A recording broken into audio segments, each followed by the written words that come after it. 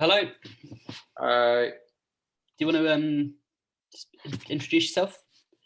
I'm Ali Gadema. I'm a performance poet and actor from Manchester. Don't know what you want me to say, Berko. That's it. That's what I wanted. Nice. Good to see you. So, Ali, we've just been in a workshop with a bunch of poets, great bunch of poets, doing lots of exercises and talking around the ideas of using our voice as a tool for performance. I have opinions about how I've experienced poets using their voice in the past. Do you have any observations of your own about how lots of poets might use their voice? I think we all know about the poetry voice, the sort of intonation of poems that sort of leads to sort of intentions being lost, what you want to do with it, sort of leads the audience over the edge of a cliff in a sense, so that you're looking down and then doing your poem, and then you look up and everyone's all of a sudden disengaged, and that's when a lot of poets sort of lose lines and things like that, or just don't realize and carry on. Yeah, it's something that I've heard referred to as hypnotizing a poem, where the tone or the delivery becomes quite melodic, quite rhythmical. But then What was it I said to you before? I went to a Herbie Hancock concert years and years ago. I loved the music, and I sort of just went into a trance because of how spacey and jazzy it was. I think it's sort of that thing. You know, my girlfriend at the time thought I'd fallen asleep, but I was like, no, I was listening. I'd just gone into this deep state, and I think that's sort of what the poem does. But then you've lost the intricacy of what the saxophone was doing because you were in a total warp. Do you know what I mean? Yeah, completely. So if you were to offer some advice to poets, what would be the first thing you'd say to them to try and look at in order to help break out of that? Breathe. So a lot of the time we forget to breathe. I think in a sense of like a lot of people think that tension in a performance can build an anticipation, or but I think Linklater sort of like phrases it best when she says the best sort of vocal performers are the most relaxed.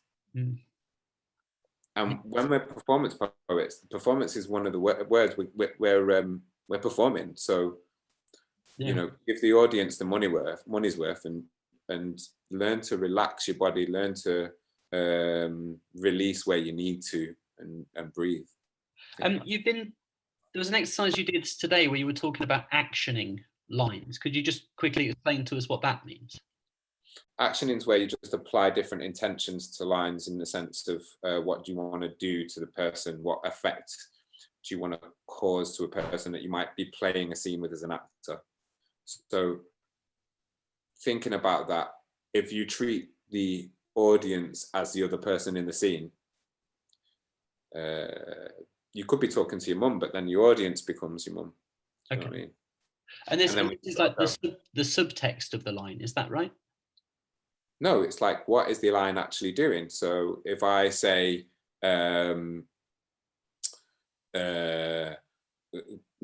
good morning, how are you? Do you know what I mean? Like, there's so many different intentions that I could have with that line, isn't there? Like I could want to wind you up because I found you sleepy, so I'd be like, good morning, how are you? Do you know what I mean? Like, or I could actually be wanting to coach you and be like, good morning, how are you? So like, what is that line doing in a sense? Okay, so are we coaxing? Are we attacking? Are we? Yeah.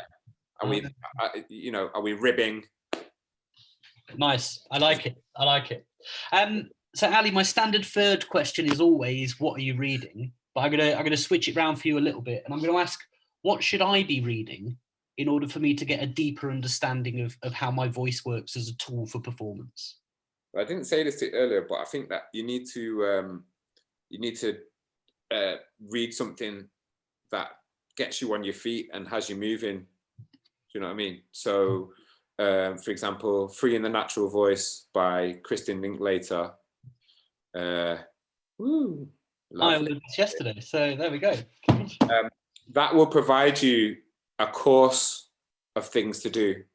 So it's not a book that you read, sat down, you get up on your feet and you do it. And she talks about how she teaches her own students, her own voice students, and gives you a full-on course. So if you want to learn to use your voice, Christine Linklater's Free in the Natural Voice. Also Cicely Berry, who is like one of the all-time great voice coaches of the RSC. And just in general, absolute legend of voice in Britain. I would read A Voice and the Actor by Cicely Berry. Very good book. Amazing. And maybe some Stanislavski, you know, An Actor Prepares. Okay. You know, think about yourself as it's funny because I teach actors as well, obviously.